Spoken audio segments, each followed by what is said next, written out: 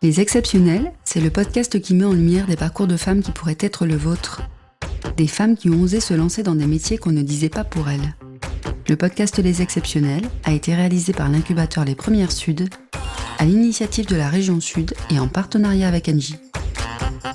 Être entrepreneur féminin, c'est pas féminin à l'important, c'est vraiment être entrepreneur qui est important. Surtout prendre conscience que son plus gros frein, c'est soi. Le propre de l'entrepreneur, c'est d'être capable de rester vraiment focus sur son cap. Ce serait de dépasser ses croyances limitantes.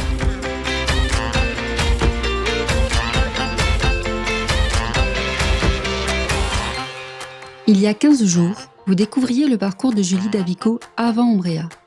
Dans ce nouvel épisode des Exceptionnels, Julie nous expose sa vision et ses challenges de chef d'entreprise. Avec Julie, on découvre aussi ce que signifie être une femme entrepreneur dans le milieu de l'agriculture et dans celui de la tech.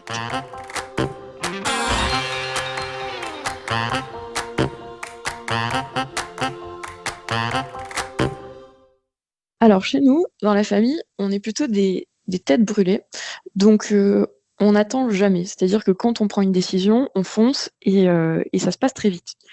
C'est-à-dire que on prend la décision de passer à l'action en se disant bon il faut faire quelque chose. On imagine un outil, donc on se retrouve sur la table du petit-déj avec des plans, on construit, on dessine, on échange. Donc c'est ça que j'appelle passer à l'action. Déjà, c'est on va dire la première brique. Donc ça, c'est en septembre. Et ça veut dire qu'ensuite, en octobre, on a déposé les statuts de la boîte et en décembre, on déposait notre premier brevet sur la structure que l'on avait imaginée. Donc les choses sont allées hyper vite. On a quand même gardé nos emplois respectifs parce que financièrement, se jeter dans le vide, c'est bien, mais il faut quand même payer ses factures à la fin du mois. Donc on a gardé nos emplois respectifs. Moi, j'ai quitté mon emploi de journaliste après la présidentielle. Je m'étais engagée auprès de ma rédaction et c'est hyper important je voulais aussi vivre cet événement-là. Donc en fait, pendant 6 gros mois, on a gardé tous les deux nos emplois respectifs. Donc c'était le week-end, les allers-retours en TGV, le soir, etc. pour construire Ombrea. Et vraiment, le coup d'accélérateur a été donné au printemps 2017 où là, vraiment, on est parti sur les starting blocks pour vraiment chercher des financements et développer la boîte. Alors ça, c'est la naissance d'Ombrea. Donc Ombrea, concrètement, on n'a pas tout à fait expliqué de quoi il s'agissait. Est-ce que tu peux nous présenter le concept d'Ombrea ? Alors Ombrea, nous, ce qu'on propose, c'est donc des solutions qui s'installent au-dessus des cultures de plein champ. Les cultures de plein champ, ce sont des cultures qui sont en extérieur, comme la vigne, certaines espèces en maraîchage, des fleurs, l'arboriculture aussi. Donc ce sont des structures qu'on installe au-dessus de ces cultures-là. Et ces structures vont s'ouvrir et se fermer pour faire de l'ombre sur ces cultures en dessous. Et en fait, en modifiant l'ombrage par un jeu d'ouverture et de fermeture, on va ajuster le bon taux de lumière, la bonne humidité, la bonne température sur les cultures. Et l'idée, c'est de leur apporter vraiment tout un écosystème, tout un microclimat dont elles ont besoin pour grandir dans les meilleures conditions possibles, ce que le climat aujourd'hui ne leur permet plus de faire puisqu'il est complètement déréglé et illogique surtout et aléatoire. Donc nous, on fait du contrôle climatique sur des cultures qui sont très exposées. Donc ça nécessite, j'imagine, de mettre en place en fait un peu de technologie, de technique. Comment ça s'imagine et comment ça se pense, cette partie-là ? Eh bien oui, c'est beaucoup de techniques. Dans l'ordre, nous, en fait, on a cherché dès le début les financements qui nous ont permis donc de faire nos premiers recrutements. Donc les premiers recrutements, ça a été des ingénieurs mécaniques qui nous ont aidés à améliorer la structure que l'on avait pensée au départ. Donc ça, c'est le premier jalon. C'est vraiment la structure pure, donc de la méca. Ensuite, il va y avoir toute la partie biologie. Donc là, on a encore embauché des docteurs en biologie qui, eux, leur travail, c'est vraiment de ce qu'on appelle construire des modèles. En gros, ils vont construire un modèle autour de la fraise, par exemple, en se disant, la fraise, s'il fait telle température, si on a telle humidité, à tel moment de l'année, ça va impacter dans telle proportion sa croissance. Donc ça, c'était essentiel aussi de faire des modèles de culture. Et puis enfin, il y a le troisième jalon, c'est toute la partie data. C'est de optimiser les paramètres que l'on capte sur le terrain, parce qu'il suffit pas de faire de l'ombre sur une culture pour faire en sorte qu'elle aille bien et qu'elle grandisse dans des bonnes conditions. Il faut lui apporter ce dont elle a besoin, elle, en fonction de ses caractéristiques. Et donc, c'est tout ce que fait le pôle data, donc des ingénieurs informatiques et spécialisés en intelligence artificielle, qui travaillent main dans la main avec des biologistes pour vraiment apporter à la plante toutes les conditions dont elles ont besoin pour grandir dans des bonnes conditions en fonction de leurs caractéristiques. Alors toi, Julie, tu n'as pas forcément ce bagage peut-être technique, data et biologie. Comment ça se passe pour toi à la tête de cette entreprise? Comment tu arrives à t'entourer et voilà, comment ça se passe en tant que dirigeante de cette entreprise Ombrea quand on n'a pas forcément les connaissances?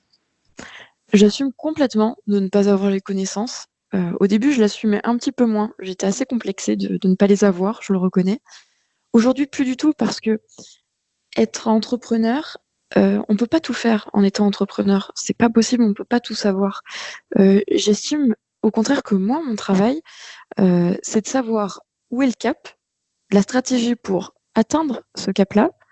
Et cette stratégie pour atteindre ce cap, c'est justement de recruter des personnes qui savent faire et qui sont excellentes dans leur domaine. Je n'ai aucun mal à me dire, et mon associé non plus, en fait, on va recruter telle personne parce qu'elle est 10 fois meilleure que nous sur ces sujets-là. Elle sera excellente dans son domaine, mais en fait, ça n'a rien à voir avec mon travail, quoi. Moi, mon travail, c'est justement de valoriser ces talents-là et de faire en sorte on va dire, de coordonner tous ces talents qui sont extrêmement divers. On peut pas être spécialiste de l'IA, on peut pas être spécialiste de la biologie ou de la mécanique, et en plus, gérer toute la stratégie d'une boîte et l'amener le plus loin possible. C'est absolument impossible. Je ne vois pas comment on peut y arriver. Donc, je n'ai aucun mal à dire qu'en fait, il faut embaucher des personnes qui sont vraiment meilleures que soi dans des domaines d'expertise extrêmement précis et ciblés. Et je pense aussi qu'il faut faire preuve d'humilité quand on entreprend. C'est très compliqué de décrire notre métier. Moi, j'ai beaucoup de mal à décrire mes journées, tellement elles sont variées. Mais je pense que c'est vraiment ça, c'est identifier des talents et faire en sorte que on aille tous dans la même direction. C'est vraiment ça mon travail. D'accord. Donc toi, tu délègues en fait l'expertise à ceux qui sont vraiment experts. Tu te concentres en fait sur cette fonction de chef d'entreprise. J'aimerais savoir justement quel est ton titre, ta fonction exacte. Et tout à l'heure, tu parlais d'un associé. On n'a pas dit qui il était, que éventuellement tu m'évoques cet associé. Mon associé, c'est Christian Davico, mon père. Alors justement, je dis associé de façon très consciente. Au boulot, c'est mon associé, c'est pas mon père. Donc quand je dis mon associé, c'est Christian Davico, cofondateur d'Ombrea. Donc lui, il est président, moi je suis directrice générale. On a vraiment un mode de fonctionnement à deux têtes où on co-dirige de façon extrêmement équilibrée Ombrea. On ne se marche pas dessus. On a des compétences hyper complémentaires. Donc lui, il a une connaissance absolument géniale et fascinante du milieu agricole. Donc toute la stratégie commerciale, toutes les relations avec le monde agricole, il est absolument, il est très très bon dans ce genre de domaine. Donc c'est lui qui gère ça et c'est indispensable pour que la boîte grandisse. Donc il le fait très très bien. Et pour ma part, je vais plutôt m'occuper, moi j'aime beaucoup les questions stratégiques, j'aime bien, je suis quelqu'un de très rigoureux, de très carré et voilà, moi tout ce qui est négo, relations institutionnelles, c'est quelque chose que je fais plutôt pas mal aussi et qui me plaît bien. Donc on est très complémentaires et depuis le début, ça fonctionne très bien notre duo. D'accord. Et ce duo aujourd'hui est complété, donc tu disais tout à l'heure, par 3 pôles et par des gens qui sont venus vous apporter leur expertise à Ombrea. Aujourd'hui, Ombrea, ça représente combien de personnes, quel chiffre d'affaires, éventuellement combien de clients? Est-ce qu'en chiffres, on pourrait avoir une idée de ce qu'est Ombrea aujourd'hui? Ombrea aujourd'hui, donc un peu moins de 4 ans après son existence, c'est 27 salariés en CDI. C'est réparti sur plusieurs pôles, effectivement, donc à la fois des agronomes, des ingénieurs mécaniques, des ingénieurs data, des docteurs en biologie. On a aussi staffé un petit peu aussi les managers, donc on a un directeur des opérations, on a un CTO, on a bien grandi. Ombrea, on a levé un peu plus de 2 millions d'euros depuis 3 ans. C'est vraiment, on a commencé à commercialiser fin 2019 avec de très beaux objectifs puisque aujourd'hui notre carnet de commandes est rempli jusqu'à fin 2020, début 2021. Donc on a des agriculteurs qui répondent en tout cas présents. On a des très beaux partenariats aussi qui se mettent en place avec des groupes. Les choses avancent vraiment dans l'ordre et je dirais même que, alors comme on est, on va dire des personnes très terre à terre, hein, toujours, on fait un petit peu, c'est un petit peu particulier dans le milieu des startups parce que c'est pas toujours comme ça que ça fonctionne, mais on est plutôt des gestionnaires très terre à terre. Donc, à chaque fois, nous, les business plans, on les fait enfin, on les construit plutôt de façon pessimiste. Et donc, si je m'en tenais au business plan, l'année dernière, on aurait dû rester à 11 et on s'est retrouvé à 25 à la fin 2019. Donc, on a dépassé très largement les objectifs qu'on s'était fixés. Et je pense que ça, c'est la plus belle réussite qu'on ait pu avoir depuis le début de notre activité. En revanche, toi, tu es quand même passé donc du milieu du journalisme à celui de l'agritech. Euh, Comment ça se fait? Comment on acquiert quand même, par exemple, une posture d'entrepreneur, puisque quand on est journaliste, on n'est pas entrepreneur. Comment on acquiert de nouvelles compétences? Et peut-être qu'il y avait des choses que tu avais déjà et d'autres en fait qui te manquaient. Qu'est-ce qui te manquait et comment tu as pallié le problème, la question pour endosser pleinement ce rôle de directrice générale? Ça a été longtemps un complexe assez important pour moi, parce que je me sentais pas du tout légitime dans mon poste. Je me sentais trop jeune, sans expérience et sans bagage justement, qui pouvait me crédibiliser en tout cas cette position-là. Surtout que les gens que je rencontrais étaient tous, les partenaires, c'est quoi? Souvent des hommes, souvent la cinquantaine, avec une très grosse expérience. Donc ça a été compliqué pour moi au début d'Ombrea, de pouvoir m'imposer et d'expliquer que j'étais pas là pour rien. Enfin, même à moi-même, ça a été compliqué de me le faire comprendre. Donc comment j'ai fait? Alors déjà, je pense qu'il y a absolument aucune formation qui nous apprend à être chef d'entreprise. Même une école de commerce, c'est enfin quand on voit tout ce qu'on fait au quotidien, toutes les questions qu'il faut trancher, ça relève plutôt du bon sens que d'un bagage académique qui pourrait justement aider dans ces moments-là. Donc non, je dirais que être entrepreneur, et c'est ce qui m'a permis en tout cas de comprendre que j'étais bien à ma place.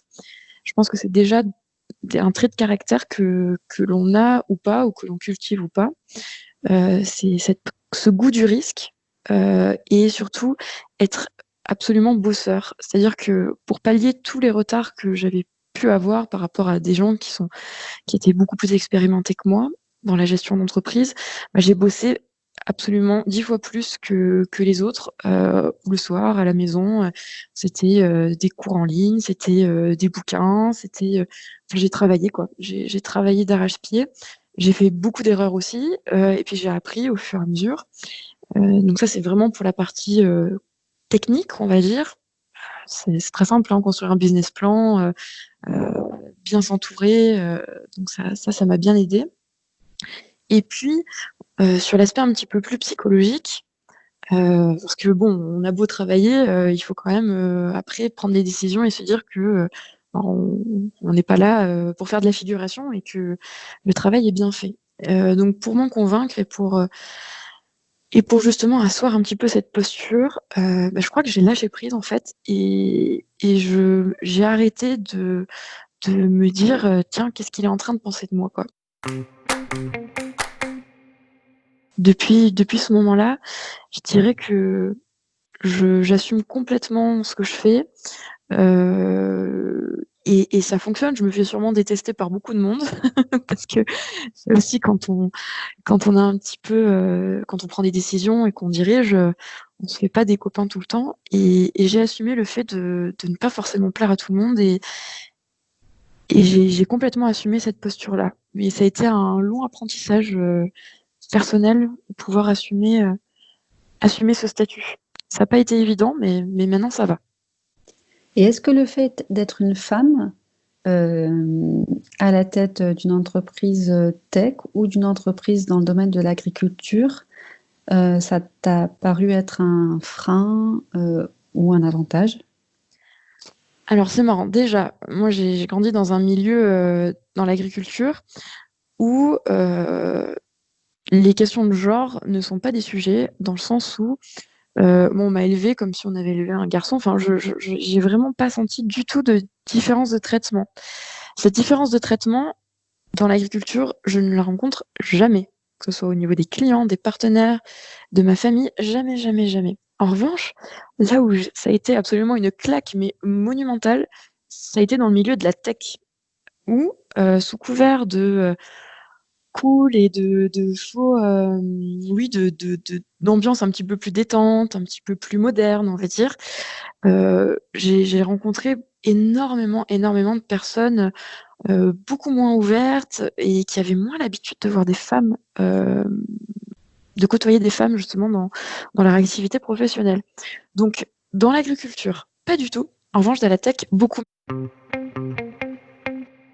Dans l'agriculture, la plupart des agriculteurs travaillent avec leurs femmes ou les femmes gèrent des exploitations avec leur mari, alors que dans la tech, ça a été un milieu qui a été façonné par des hommes. Donc je pense qu'il y a un milieu qui a été habitué dès le début à travailler dans une certaine ouverture et diversité et complémentarité, ce qui n'est absolument pas le cas dans le monde de la tech. C'est en train de changer, mais là où on m'a vraiment fait sentir, où j'ai vraiment senti que j'étais différente, c'était dans la tech. Et il y a eu un autre changement pour toi qui était de passer de Paris et de revenir en région sud, qui, je pense, a été, j'ai compris que ça avait été un choix de ta part. Est-ce que tu estimes que c'est un avantage d'avoir entrepris en région sud? Sans hésiter, oui. Alors déjà, ce qui est rigolo, c'est que j'ai quitté un milieu vraiment par choix et quand j'avais 20 ans et c'est ce que je voulais plus que tout. Et aujourd'hui, je me retrouve à travailler dans ce milieu-là, en famille, dans ma région d'origine. Et je l'ai fait par choix effectivement et je le regrette absolument pas aujourd'hui parce que la région sud a permis justement à notre entreprise de se développer. Je pense que si on avait entrepris ailleurs, on n'aurait jamais pu aller si vite parce qu'ici, dans la région, on a été tout de suite soutenus, toujours très vite. On a eu des financements, on a eu des conseils, on a pu toquer aux bonnes portes, on a su nous diriger vers les bonnes personnes. Et aujourd'hui, la région sud fait partie de mes actionnaires, donc je pense on peut pas aller plus loin dans le soutien qu'on peut porter à une boîte, quoi. C'est vraiment, moi, je travaille de main dans la main avec la région pour pouvoir faire grandir ma boîte et je suis revenue vivre ici, donc ça aussi, d'un point de vue personnel, ça a été un engagement très fort. D'accord. Et sur les réseaux, par exemple, d'accompagnement, est-ce que tu estimes que la région sud est bien dotée et qu'elle permet de bien accompagner les entrepreneurs et entrepreneureux au féminin? La région sud, oui, la région sud dispose d'un vivier très fort d'incubateurs, d'accélérateurs, de conseillers aussi, de consultants indépendants qui permettent d'accompagner les boîtes sur divers sujets. Et on en a bénéficié, donc on a énormément de chance d'avoir cette proximité-là et d'avoir des guichets à chaque fois qui répondent à des problématiques précises. Nous, on n'a jamais eu une question qui est restée en suspens depuis le début de la création d'Ombrea. On a toujours pu avoir des personnes qui nous ont dirigés vers on va dire des pépinières ou des incubateurs qui avaient des réponses en tout cas très concrètes à nous apporter. Et ça, dans d'autres régions, je pense que ça aurait été plus compliqué parce qu'ici, la proximité, on la ressent vraiment, vraiment de façon très forte. Donc, par exemple, si je suis une femme qui t'écoute, qui a un projet depuis quelque temps qui me trotte en tête et que je me dis, ce n'est pas pour moi, toi, tu te dirais quand même que... qu'est-ce que tu dirais, en fait, simplement? Déjà, on pressent que la région sud, c'est quand même un endroit où il fait bon entreprendre. Mais au-delà de ça, à une femme qui n'arrive pas à sauter le pas, qui n'arrive pas à concrétiser une idée qu'elle a en tête, qu'est-ce que tu conseillerais? Alors déjà, je conseillerais, au-delà de conseiller, ça viendra dans un deuxième temps, je dirais à cette femme, la question que tu te poses en ce moment, dis-toi que le temps que tu te poses cette question, un homme en face, il aurait déjà monté, je pense, 3 entreprises. Donc déjà, ça c'est un fait.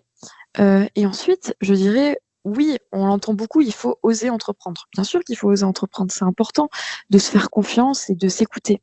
Il faut tout simplement, je pense, enfoncer des portes. C'est-à-dire que oui, c'est pas sans risque entreprendre. Il y a un risque, effectivement. Mais à un moment donné, je pense qu'il y a un arbitrage à faire aussi dans sa tête, de dire pourquoi j'ai envie de vivre et est-ce que le jeu en vaut la chandelle. Et au fond de soi, on a forcément la réponse. Et ça, au quotidien, on se fie justement à son fort intérieur. On sait ce qu'il faut faire. Et je pense qu'à un moment donné, quand on entreprend, il y a une petite lumière un peu folle dans la tête pour franchir ce pas-là. C'est un peu comme sauter en parachute, le moment où on se dit, bon, bah, je franchis le pas, on saute dans le vide et puis on ne sait pas du tout ce qui nous attend derrière. Il faut un brin de folie à ce moment-là. Et justement, il faut arrêter de réfléchir parce que pour franchir ce petit pas, ce grand pas, il faut mettre un petit peu son cerveau sur off lorsqu'on franchit ce pas. Et puis après, effectivement, on bosse. Il faut bosser 10 fois plus, 10 fois plus pour pouvoir justement montrer que ce en quoi on croit vaut la peine justement de franchir ce risque-là. Donc, je dirais qu'il faut, pour ces personnes qui nous écoutent, arrêter de trop réfléchir, se faire confiance et travailler très fort. Ce sont des bons conseils. Arrêter de trop réfléchir, se lancer et ne pas perdre de temps à douter. Alors, de ton côté, Julie, il y a aussi, évidemment, tu l'évoquais tout à l'heure, le fait que quand on est dans l'agriculture, c'est assez chronophage, que potentiellement, j'imagine, quand on est, qui plus est, dans l'agriculture et dans l'entrepreneuriat, l'équilibre vie pro, vie perso est peut-être difficile à trouver.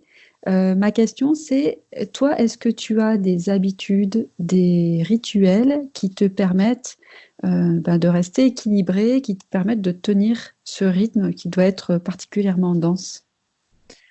C'est sûr qu'en étant entrepreneur, il faut savoir que la vie n'est plus vraiment pareille qu'avant, quoi. C'est vrai que le cerveau n'est jamais sur off, même en vacances, même le week-end, même le soir. Donc, c'est en ce sens-là que c'est très chronophage. Les journées sont denses et très stressantes.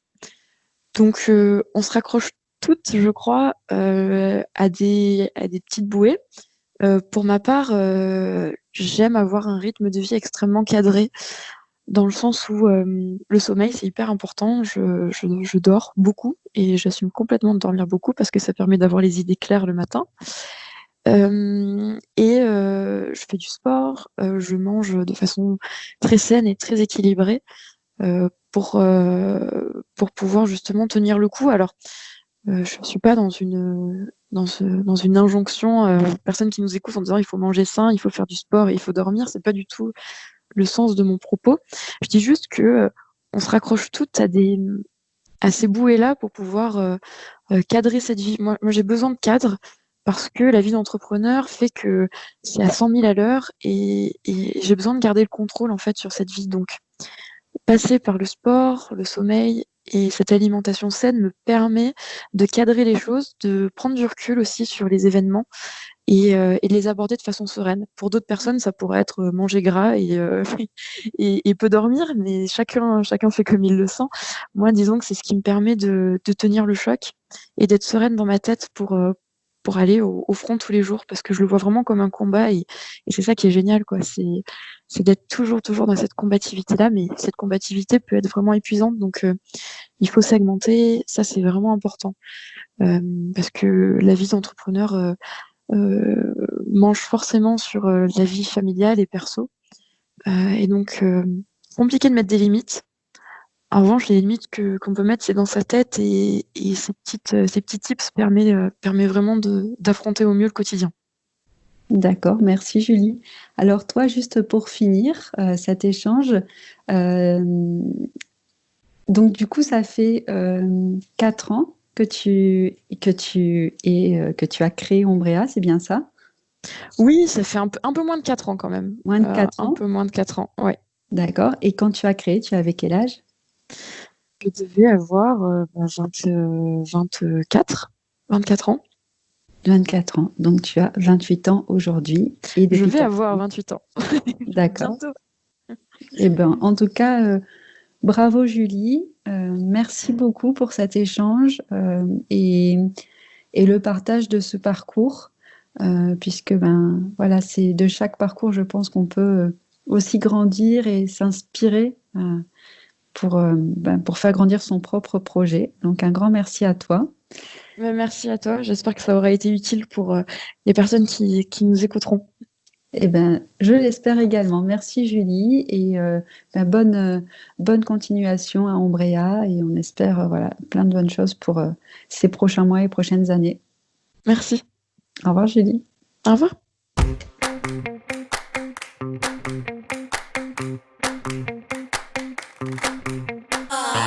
Si par son partage d'expérience, Julie vous a captivé, inspiré, décomplexé, dites-le nous en nous laissant un commentaire et des étoiles sur vos applis de podcast. Et on se retrouve dans 15 jours pour découvrir un autre parcours de femmes entrepreneurs.